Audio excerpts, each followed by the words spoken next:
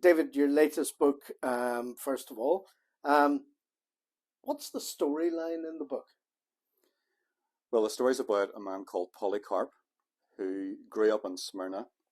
He began as a slave, as a Christian slave. When he was in Smyrna, he was in the church in Smyrna. He would have been about 25 or 26 years of age whenever St. John received the revelation. And in Revelation chapter 2, verses 8 to 11, you've got the letter to the church in Smyrna. So Polycarp would have been in the congregation at that stage whenever this letter would have been received. And he grew up through the church and he became very well respected. And he ended up becoming the bishop of Smyrna. And he was a good and godly man, and he was very well respected by all the people in the area. The church loved him, and he was respected by other churches in the surrounding area. And really his ministry was quite quiet. He just got on with the work of preaching the word and pastoring the people there. How did you decide on Polycarp in the first place? What inspired you? What drew you to him? Well, the honest answer is my editor asked me to write the book about Polycarp, and I said yes. So your editor knew all about it? So I would love to say, I was greatly inspired, by his life whenever I was at college and read something about Polycarp. But the long and the short of it was, my editor asked me if I would be interested in writing something about him. So I said, yes, of course, it would be fantastic. So a lot of research later. I took it on, and then we managed to get the book published in July past. Okay, you're aiming, your target audience is kids between 10 and young teenagers at 14. Why that particular age group and not some other age group? That's a really good question. And I would love to say it's because I decided to write it for that level. But actually, because the book is written as part of the Trailblazer series, and the Trailblazer series has been going on for such a long time, they've always been aimed at kids from 10 to 14 years of age. So to fit the Trailblazer series, and because it was going to be a Trailblazer book, that's the reason why it was written for kids around that age. What was your motivation in the very beginning, at the outset, of writing these stories and getting them published? Well, for a very long time, I've always wanted to write children's books. I can remember even back at college. I went to college in London, to Oak Hill College, and I remember saying to some of my friends that I would really love to write a children's book. And it wasn't until I left Oak Hill and started the postgrad in education at King's the following year that I actually started to write some children's stories. Now, they weren't books, they were only stories. And I fired them off to certain people thinking, well, I'll get some feedback to see whether or not I have the ability to write. And one of them came back and actually said, no, I don't want this story, but I do like your style of writing. So I thought, well, there's somebody out there who at least likes the style of writing. So I decided then that I would just keep at it. And I kept at it for years. And then eventually I got a literary agent who I think was the only one in the country, called Bill Jeffrey. He was the Wordsmith's Forge. And I got to know Bill. What a wonderful, wonderful character. A great man. He's retired from that now.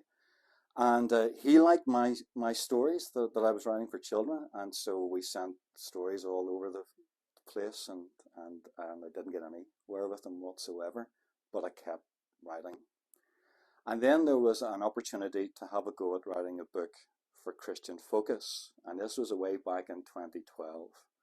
So I gave it a go. And whenever you're a new writer, they don't just say, write the book and we'll publish it. They say, give us some chapters and we'll have a look at it and tell me where you're going to go with the rest of the book and we'll see.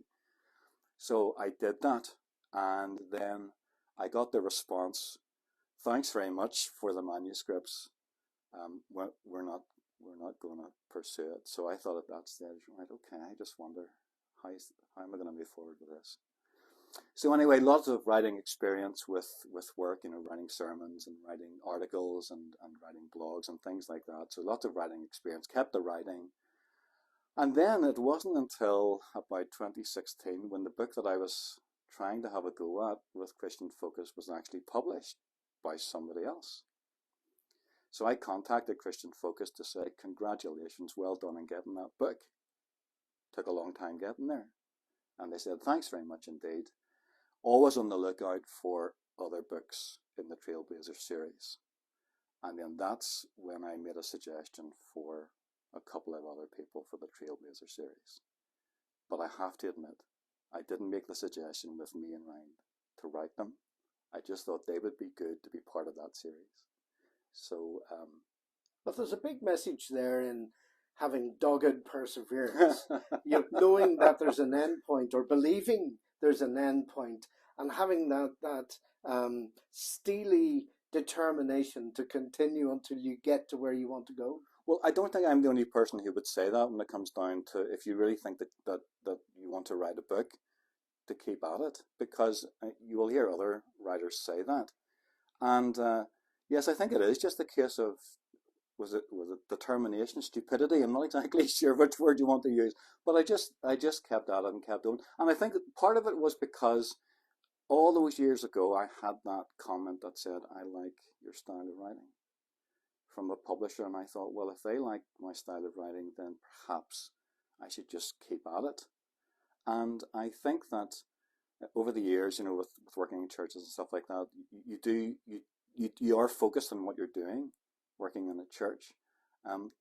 But unbeknownst to you, your writing is being honed, and then you begin to get to the stage where you think maybe there might be a possibility someday. So one word of encouragement that you received was enough to sustain you right through this writing process, this often torturous writing process. Absolutely.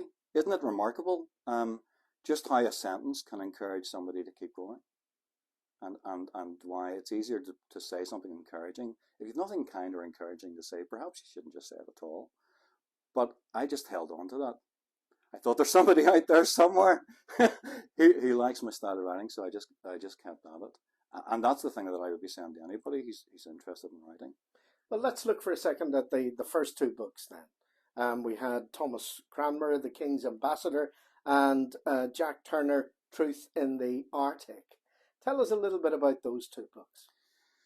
So whenever I contacted Christian Focus with the idea was Jack Turner and Thomas Cranmer. I had been working for Crosslinks, that used to be called the Bible Churchmen's Missionary Society, and as part of my work I would read their history, and I came across this man called Jack Turner, Canon John Turner. He and his brother Arthur Turner were missionaries, Bible Churchman Missionary Society missionaries to the Arctic in 1928 and 1929. So I had a good story.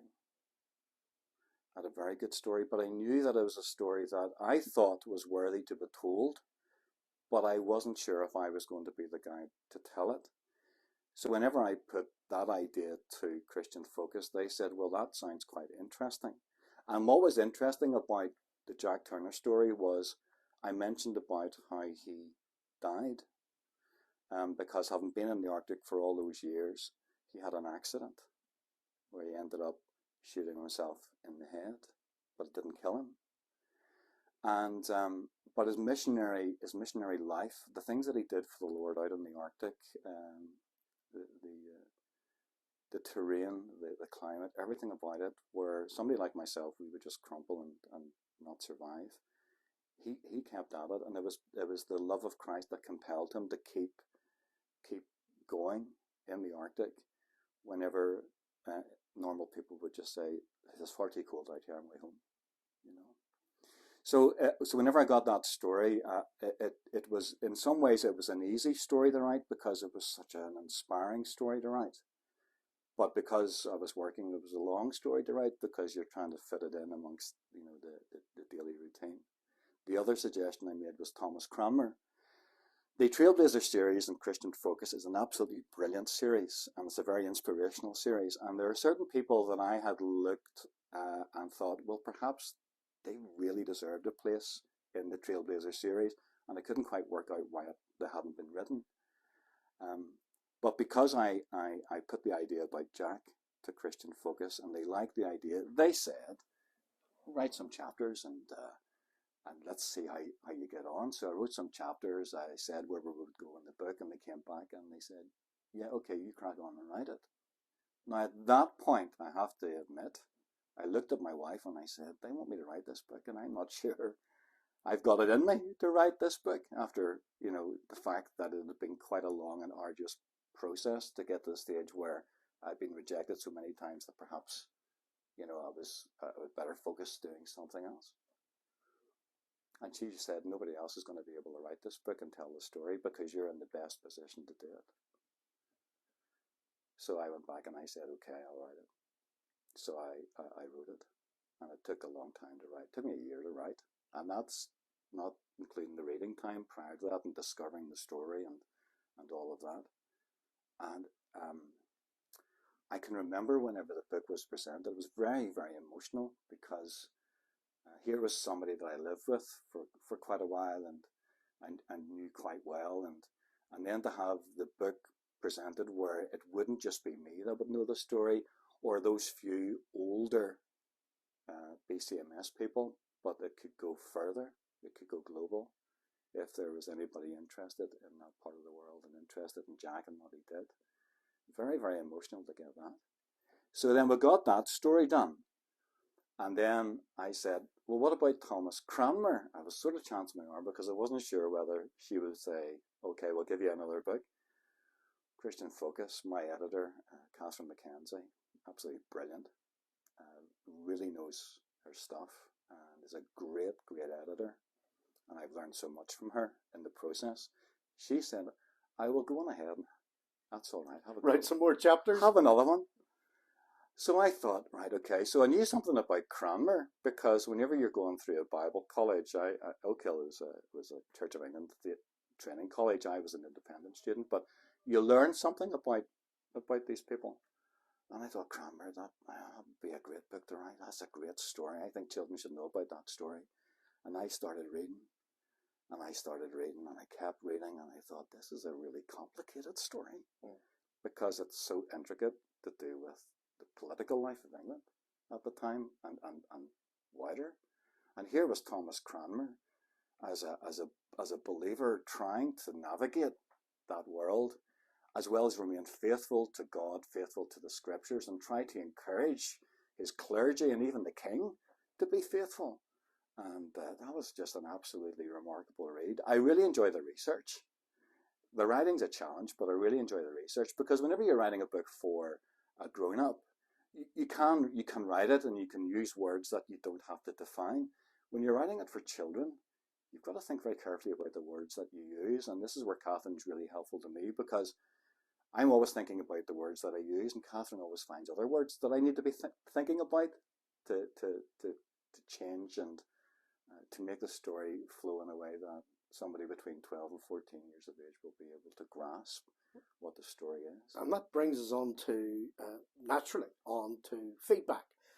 What has the feedback been like? And I know you've got 3 critics in your own household, a wife and 2 daughters. They obviously read the books. You ran the books past them, first of all. But beyond the environs, the safe environs of the home, what was the feedback like? Well, in the home, it's, Daddy, that's all right. You're just all right. So, okay, I'm okay. That's all right. The feedback has been quite positive. Actually, it's been much more positive than I thought it was going to be. My view, I always aim low, and my view was that if somebody comes away and says to me, I know something about Jack Turner, didn't know about him before, missionary in the Arctic, he brought the gospel right across Baffin Island and even further. Many people were converted, started to follow Jesus, and that was it. I'd be praising the Lord for that because I thought, well, you didn't know that before. And I would have thought, well, if I'm doing something right. But actually, some of the feedback that is coming through has been very positive. So I do look to see what the reviews are like in certain places, and some of them are 5 stars in some places. Some even write comments. I read one the other night, which really surprised me. That said, a brilliant read, and that was for Cranmer. So the feedback out there seems to be very, very positive. Now, of course, I'm also talking to other people, The local church, Hilden Community Church, where I'm the church planter, and Lambeg Church of Ireland, which is where Hilden's part of. The congregations there have been absolutely brilliant, partly because they're the ones who buy my books. How do you divide your time between your church duties and actually the physical act of researching and writing the books? Well, I'm now just gone to 3 days a week with Hilden Community Church, and for the first couple of years I was just 1 day a week, so I had plenty of time for writing. So I would spend a day a week getting prepared for Sunday, writing the sermon, making sure everything was ready for Sunday. Now I'm doing 3 days a week, so I'm doing more than that. The rest of the time I give over to reading and writing, and so it's effectively really only maybe a couple of days, if you can squeeze it in for a couple of days, because I don't really do anything at the weekends in terms of the books, and that's sort of how I divide my time, and This may be a difficult question for you to answer, but do you get as much or close to as much satisfaction out of writing a biography as you do out of writing a sermon for Sunday morning? That is a difficult question. The answer is no. Much more satisfaction out of writing the sermon than writing the biography. But I get a lot of satisfaction from writing the biography. But I really enjoy the writing of the Word of God. So that's the biggie, really. And finally, what's next for the 5-star author, David Luckman? It's only been about 3 people he's given me 5 stars, so let's not get too excited about it. I'm being generous. generous. You're being very generous. Let me think. What's next? So, Lord willing, in January there'll be another Trailblazer coming out about John Wycliffe, who's been given the title of the grandfather of the Reformation, and he was in the 14th century, and he was an Oxford Don with a real heart and desire to see the Bible translated into English for the ordinary person.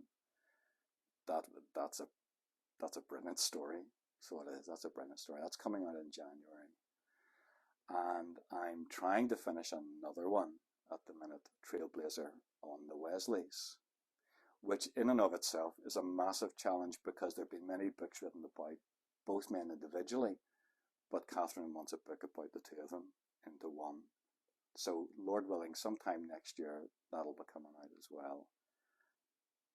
And another book that she asked me to write a while ago was a book on the Acts of the Apostles. And that's a completely different book altogether, because that's a book where I'm telling the story and the passage, and then I'm trying to say something a little bit about the passage to help teach it to the children.